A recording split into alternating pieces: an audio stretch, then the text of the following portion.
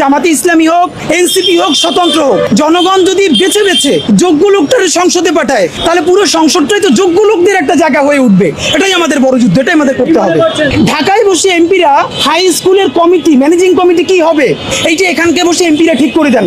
কারণ হলো তার এলাকায় যারা ক্যাম্পেইন করেন তাদেরকে তো একটু একটু করে ক্ষমতার ব্যবস্থা করে দিতে হবে। এই জন্য কোথাও ম্যানেজিং কমিটির সেক্রেটারি, কোনো কলেজে, কোনো স্কুলে, এমনকি প্রাইমারি স্কুলেও এখানে এমপি ফোন দেয় যে ওই স্কুলে ম্যানেজিং কমিটির প্রধান কি হবে। ৭৩-এর নির্বাচনে শেখ মুজিব যেই আসলে নির্বাচন করেছেন তার বিরুদ্ধে যিনি দাঁড়িয়েছিলেন তাকে গুম করা হয়েছিল, আপনারা অনেকে জানেন কিনা জানি না।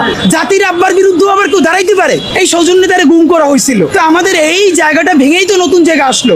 বরং আমরা মনে করতে চাই যে আমরা সবাই সুন্দরতম যদি একটা নির্বাচন করতে পারি, কে হারবে কে জিতবে তার থেকেও গুরুত্বপূর্ণ হলো দেশে গণতন্ত্রের উন্নতি হবে, দেশের উন্নতি হবে। জামাতে ইসলামী হোক, এনসিপি হোক, স্বতন্ত্র হোক, জনগণ যদি বেছে বেছে যোগ্য লোকটার সংসদে পাঠায় তাহলে পুরো সংসদটাই তো যোগ্য লোকদের একটা জায়গা হয়ে উঠবে। এটাই আমাদের বড় যুদ্ধ, এটাই আমাদের করতে হবে। ঢাকায় বসে এমপিরা হাই স্কুলের কমিটি, ম্যানেজিং কমিটি কি হবে এইটা এখানকে বসে এমপিরা ঠিক করে দেন।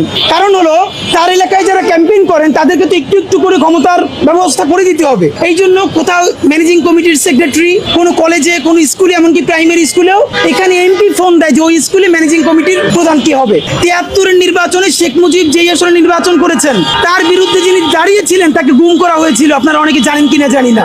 জাতির আব্বার বিরুদ্ধে আবার কেউ দাঁড়াইতে পারে? এই সৌজন্যে তারা গুম করা হয়েছিল। তো আমাদের এই জায়গাটা ভেঙেই তো নতুন জায়গা আসলো। বরং আমরা মনে করতে চাই যে আমরা সবাই সুন্দরতম যদি একটা নির্বাচন করতে পারি, কে হারবে কে জিতবে তার থেকেও গুরুত্বপূর্ণ হলো দেশে গণতন্ত্রের উন্নতি হবে, দেশের উন্নতি হবে।